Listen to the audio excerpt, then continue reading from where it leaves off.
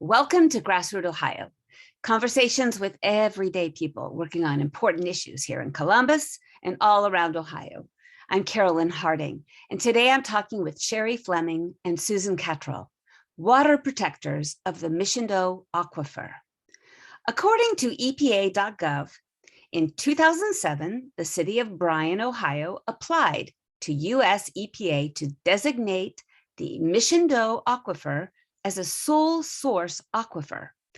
That designation means the aquifer is the only source of drinking water for people in a 9-county area that includes parts of 3 states, Michigan, Indiana, and Ohio. Sherry Fleming is the chairperson for the Williams County Alliance, a grassroots 501(c) citizen group promoting a sustainable future through education and citizen action.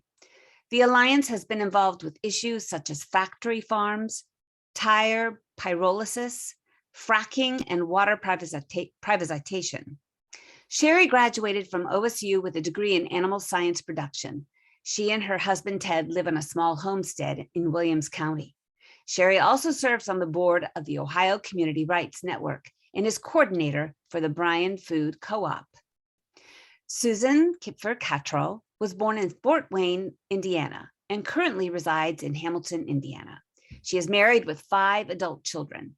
Susan is a direct support professional employed by Full Potential, Inc., and she's the DSP of her 2 adult sons on the autism spectrum.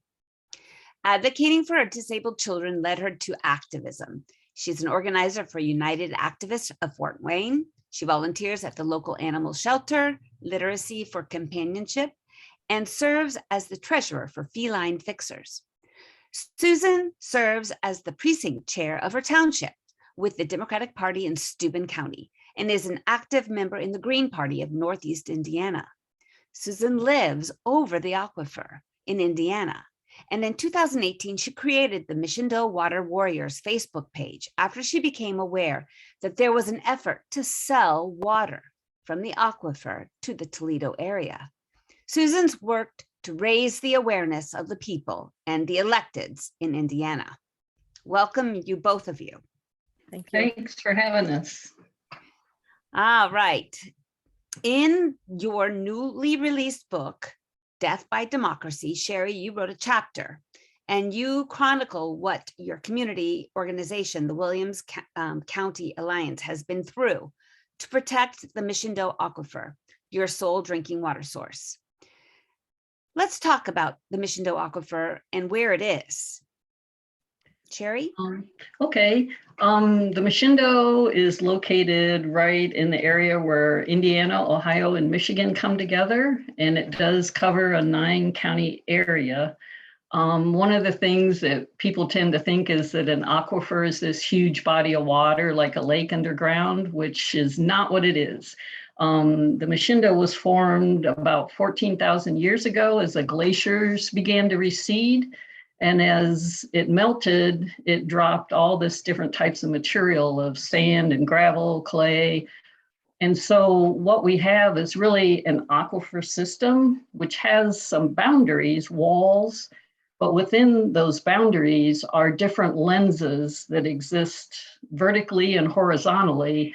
And the interesting thing is there are connections between these lenses. So if you pump in one area, you could end up affecting areas further away over time. Okay. Sorry, Susan, tell us about the area of where you live and the aquifer in the area of the Michindoh Aquifer where you live in Indiana. Okay, I live in Steuben County, and we're known as the land of lakes, 101 lakes. We are a big tourism. That is our draw. So when all this happened, a lot of people in the lake were really concerned because that's our livelihood here in Steuben County. I mean, in the summer, Steuben County grows 3 times its size just because of the lakes that we have. And so everyone's thinking, what's going to happen to all of our lakes, our tourism, the money that comes into Steuben County if we see something happen to the aquifer? Because it's going to affect our lakes. Our lakes are going to drain down. So Why did your community first organize? And tell us a little bit about the history of your work, Sherry. Really in this area, you saw the community come together in the late 90s over the factory farm issue. And then in 2006 was when the Williams County Alliance actually formally organized as a 501c3. And it was due to the factory farm issue, but as time progressed, we found ourselves finding other issues. And in the last 4 years, it's been water privatization. So tell us a little bit about that first fight with water privatization. There was an effort to sell water to the communities located around the Toledo area. And we, in response, I guess, we realized the way the system was set up that the state preempts the communities at the local level from having any power, that we had worked with the Community Environmental Legal Defense Fund in the past. And so we worked on putting a county charter initiative on the ballot. And during that process, we ran into the effects of, I believe it was House Bill 463, which restricted the right, certain rights to citizen initiative. And we ended up not, even though we had more than enough signatures to put the initiative on the ballot, it wasn't allowed to be placed on the ballot. And within the charter, we advocated for local self-government and also recognizing the right of the Michindoh Aquifer to exist and flourish. So you advocated for rights of nature. Right, right. And then later on, someone from your community or from Toledo area, or was it Chamber of Commerce? Well, actually, it was our state representative, James Hoops. It was during 2000, we began working on the charter initiative in the beginning of 2019. And later that fall, I think it was the biennial budget bill, it was Representative Hoops inserted language on behalf of the Chamber of Commerce, which basically preempted people being able to enact rights of nature initiatives in the state of Ohio. And probably in reaction to several other communities trying to do the same thing. Right. At that time, the Lake Erie Bill of Rights had actually been passed in Toledo. So, and as folks in the almost every chapter of Death by Democracy, the book, they're all communities that have been working on bills of rights, have all experienced that state preemption issue. right. And how easy it was for your representative to come and insert that language into the state law to make it impossible or, illegal for you to protect your water. Mm-hmm. Completely unjust. Right. Let's move on though. Susan, I follow your Facebook page, Michindoh Water Warriors. Tell us about your path to becoming a water warrior. I believe it's in 2018, I came across a Facebook post about a protest in Bryan, Ohio, the Alliance. And so I started doing some research into the aquifer. I never realized where my water came from. I live in a rural area. I just take it for granted. So I went to Bryan to the protests. I met Sherry. I met others from the Alliance and concerned about the Toledo deal. So I started the Facebook page, and also I was in a group in Indiana called the Community Coalition for Change at that time. I took this to them, and the group just ran with it. We had informational meetings in 2 different cities in Angola, and then another group picked it up and had an informational meeting in Auburn. We had a professor that stepped in to help us with all kinds of information. So everything just really picked up once I became aware. It was just getting that awareness of actually what was going on and how it could affect us. Well, I know that Sherry, you run a homestead, but how about you, Susan? Are you in the rural community, in the rural land, working on the land? Do you farm, or are you just living in a village, in a town? I live on the north side of Hamilton Lake. I don't live right on the lake. There's a big swamp in between me and the lake, but I have lots of places back here. I live in the woods, and I have lots of places where the water just literally bubbles up out of the ground. And as I'm walking through the woods, I'm thinking, what's going to happen to places like that, and all the wildlife that depend on that if something happens to our aquifer. Yeah. And of course, Sherry, your homestead depends on plenty of the water you've known and have had. Oh, right. I mean, we're just really blessed, and it's something I think we've taken for granted, but it's really touched a nerve. I mean, the water issue. And I think the fact that the aquifer, extends, I mean, Williams County, where I live, is basically dependent on the aquifer, the entire county. But going into Michigan and into Indiana, and then there are multiple counties that it covers, and you begin to see the restrictions from existing law, where if we were to recognize ecosystems, like an ecosystem like the Michindoh Aquifer, that we could protect it as an ecosystem, and you wouldn't have all these boundaries, these county lines, these state lines, that you could truly protect an ecosystem. And it's so prohibitive, the structure of law that we're forced into, that really doesn't allow us to protect it.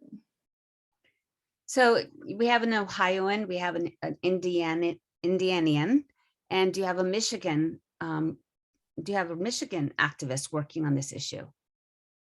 Yes. Can you tell me about this person? Go ahead, Go ahead, Sherry. Susan.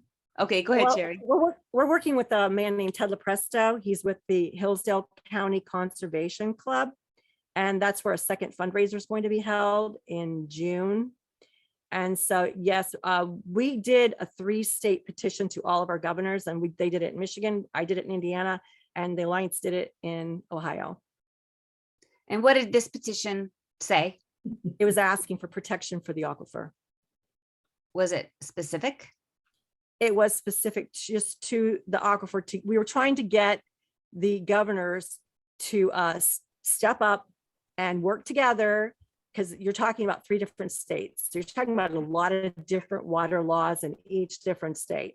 Right. So that's what we were trying to do. They did end up making a commissioners group where commissioners from the 9 counties meet. But the last time they had a commissioners meeting, not one single one from Indiana showed up, not one. So that's a little disappointing.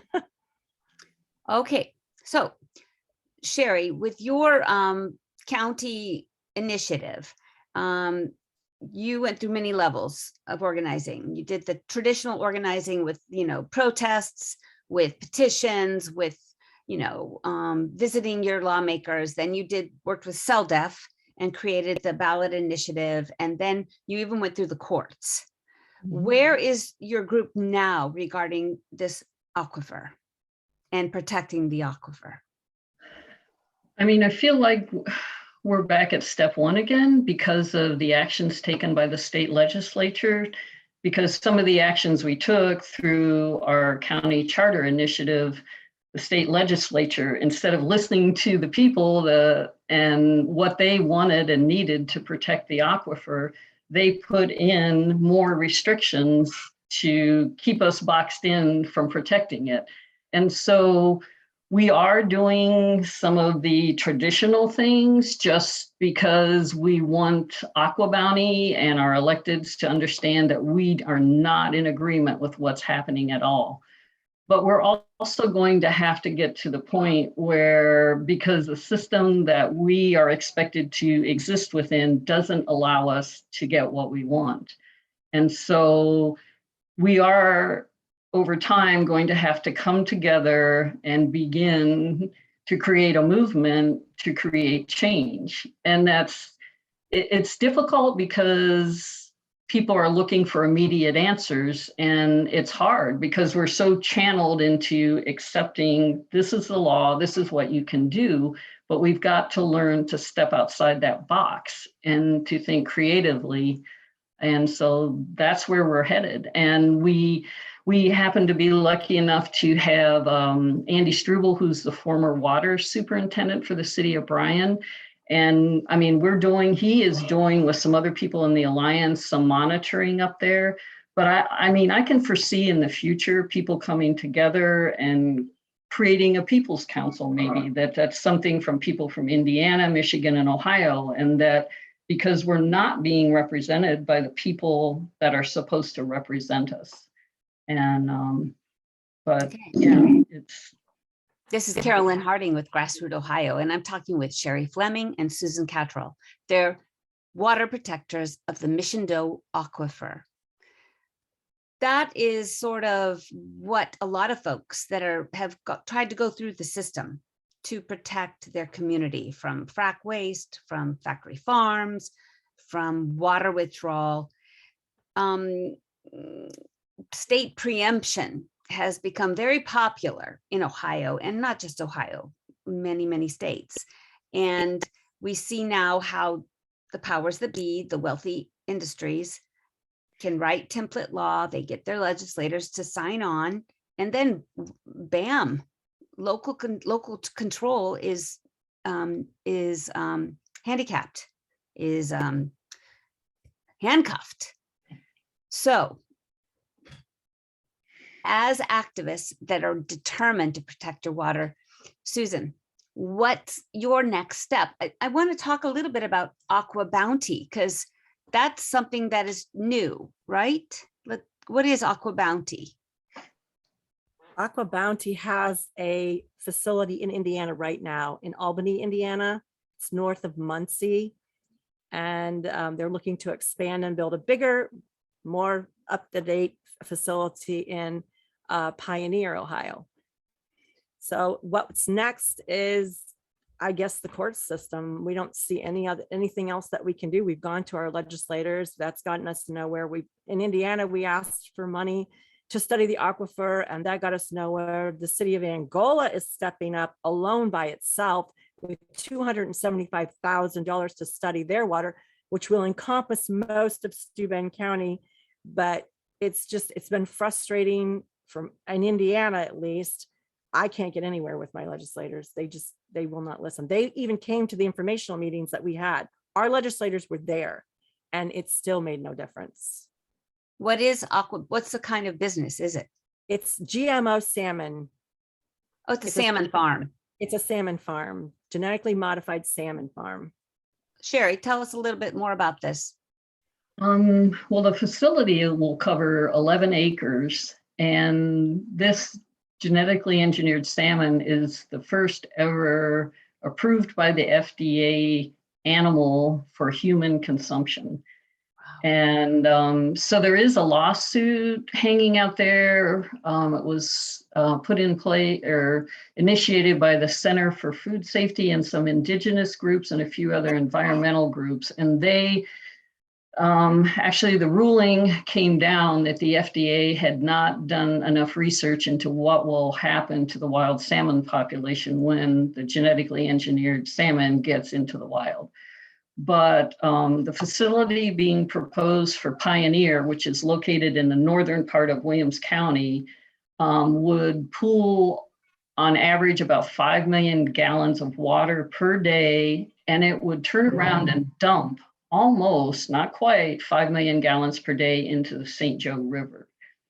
And so it's pretty shocking to me that the Ohio Department of Natural Resources would accept this type of facility, that this is considered a water conservation plan, that they are doing what they call, it's RAS, it's recirculating aquaculture system, which, because the salmon needs really pure water and also at a certain temperature, some of the water will be recirculated during the day, but at the end of the day, they're still going to dump almost as much water as they're pulling.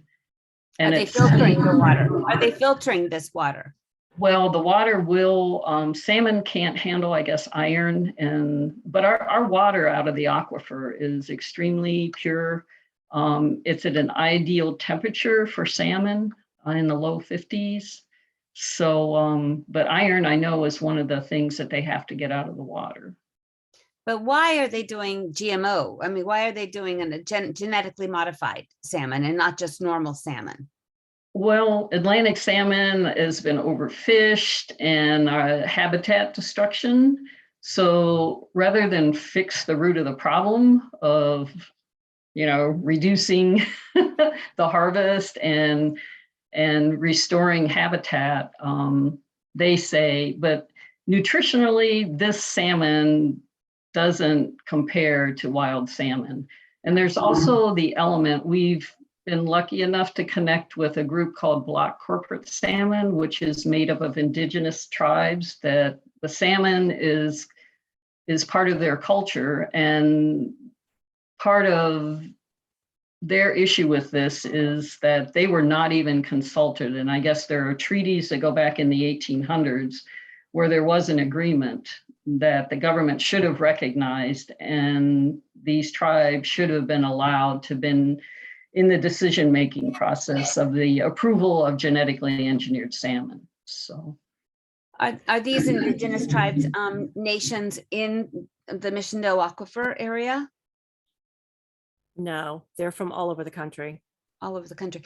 We know Yes. my sisters, they fish salmon up in Alaska in the Bristol Bay every summer. My sister married a man from Alaska, so they are involved in the wild salmon, and they say friends don't let friends eat farmed salmon because it's just not the same thing at all, and they swim in their waste. It's just not, and especially now that it's going to be genetically modified. I just cannot imagine why they have to modify it and not use like fish eggs from Alaska or somewhere else. So, well, they've actually introduced, it's crossed with another salmon, the Atlantic and Chinook salmon, but there's the introduction of eel pout, which is a fish which grows all through the year. So they claim that the bonus to this fish is that it grows like twice as fast, and so it can be harvested sooner than a traditional salmon. But it's also fed, from what we understand, with probably a soybean-based diet. Cargill was one of the corporations that would be feed supplier for it. it won't be organic. It'll have GMOs for sure. And to go back to the indigenous issue of not being consulted and not being included, is this a reason why it is being delayed? I don't believe so. I mean, the delay was mainly because the judge said the FDA had not done research into how the release, and it is going to escape eventually if they allow these type of facilities to locate. Where they're dumping into the St. Joe River, the St. Joe connects into the Maumee flows into Lake Erie, the Great Lakes are connected and go out to the ocean. So it's just a matter of time that this could happen. Right. One thing that the indigenous group brought up is when you think about Monsanto with the GMOs, how sometimes Monsanto would sue farmers where there was seed that mistakenly ended up in fields where other farmers never intended to grow it, and they sued them. They're fearful that if the genetically modified salmon breed with wild salmon, that then the offspring will have genetic material that say would be Aqua Bounties, and Aqua Bounty could claim they own that fish. Yeah. So, it's really something to think about, but it could happen. So how far along are we with the Aqua Bounty? Is it a done deal, or is it something that you guys can stop? It's not a done deal. They have broke ground, but they don't even have all their permits yet. So it's a little baffling that they're allowing them to break ground on a facility that they're not even permitted to do. And do you have a large group of activists that are energized to stop this? I mean, our core group is about 15 to 18 people, but with COVID, I mean, things have just started to open up. So when we began to meet, I mean, we had trouble even finding a place to meet, and it was a smaller group, facility. So we knew if we opened it up publicly, we would have more people than we could handle. And so we're just now, I think things are beginning to open up from COVID. So part of that's been the problem, but I really believe that there's tremendous support behind stopping this. Well, I see that you have a benefit concert on May 15, 1 o'clock to 5 p.m. Can you talk about that? Maybe that would be a great place to gather and start organizing these crowds. Can you tell us about this event? The event's planned in Bryan, Ohio at the Third Rail Saloon. It's kind of a neat, it's an old train station that's been fixed up, and we're hoping for good weather. And I think there's 4 different bands. The donation we're asking for is $20. And if by chance we have rain, then there in Bryan at the Eagles would be the rain date location. It would be the same date, 1 to 5 on May 15th, but it would move to the Eagles if it's raining out. And then we also have a reverse raffle planned for June 11th at the Michigan Hillsdale County Conservation Club. And that would probably start about 5 o'clock. And the charge for that is $35 for a ticket. Okay, now how can people get more information from the Williams County Alliance and the Michindoh Water Warriors? What's your Facebook names, Sherry? Ours is just William. If you go on Facebook and do a search for Williams County Alliance. Okay, and Susan? Just go on Facebook and search for Michindoh Water Warriors. It's a public group, so it's easy to find. Okay, so what can folks who are living all over Ohio do to help you? Come to our fundraiser. That's the biggest thing that you can do. Support our fundraisers. Is there any way to donate without being able to come? Can you donate online, or can they write a check? Do you have an address? Sherry? People can donate to the Williams Alliance. I say that again. On the Alliance's Facebook page, it lists we have a post office box, and we are a 501c3, so it's tax deductible. And but I think people that become aware of what's happening in our community should, especially if you're located over an aquifer in Ohio, you should be very concerned. And I guess I would just hope that I'm also on the board of the Ohio Community Rights Network. And if you want to learn about or begin to think about different ways to strategize to protect your community, it's an ideal place to go to look for resources. What's their website? They do have a website, and it's an abbreviation of Ohio Community Rights Network. It is a .org, but if you Google it, it should come up if you Google Ohio Community Rights Network. And they also can buy your book, Death by Democracy, at that website as well. And it's an excellent book. I've been reading it, and we're doing a series on all the different communities that have been working to protect their communities. I want to ask one more thing. What gives you hope? Susan? My biggest thing that gives me hope is that this is a non-political issue. I have found people from all over the political spectrum that are on our side in this, and politics has not come into it. It's been completely nonpartisan, and that gives me hope, because nowadays that's very rare to find. And you, Sherry?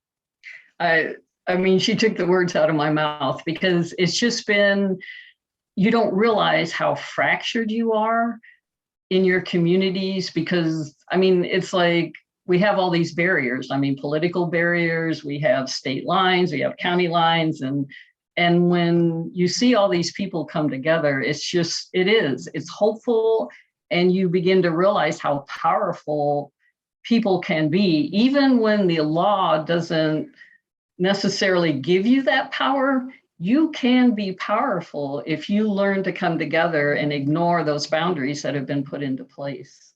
With that, thank you so much. Thank you, Carolyn. Thank you. In addition to our Friday 5 p.m. broadcast on WGRN.org, Grassroot Ohio now airs on Sundays at 2 p.m. on WCRSFM.org and at 4 p.m. on WEJP-LP in Wheeling, Moundsville, West Virginia. You can also find us on SoundCloud, Apple Podcast, Spotify, YouTube, Facebook, and Instagram. Thanks for joining us.